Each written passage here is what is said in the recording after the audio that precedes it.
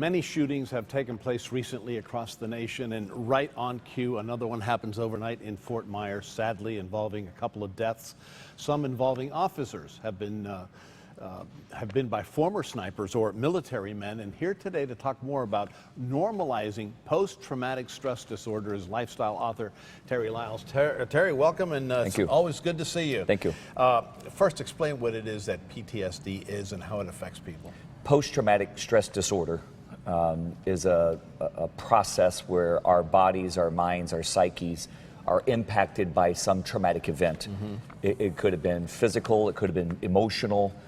I do a lot of this with the servicemen coming back. Right, you usually hear about it specifically with servicemen, but... Well, and now when you add in what's happening, there's shootings going on once or twice a week, and, you know, in our neighborhoods even, people are talking, we just talked about a moment ago, people, it's on the front of everybody's mind, top of their list. All the time. So post-traumatic stress disorder is anything that has happened or that could happen, but primarily it's something that has happened that's impacted someone, that they have some kind of trauma related to it that comes back to them when they're not ready. What triggers it?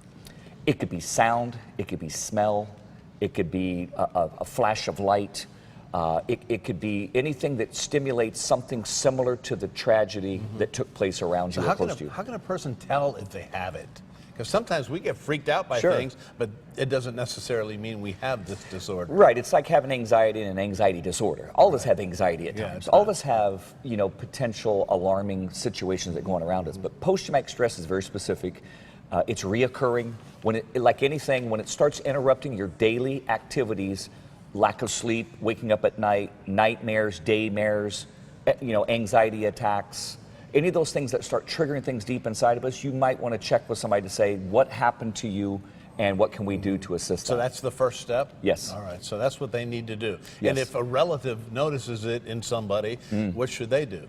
You should try to go to that individual and share with them what they see and try to get them help, almost like an intervention kind of thing, because a lot of these people live in the shadows and they don't realize that it's normal to have those kind of feelings and those kind of responses when you've been in tragedy.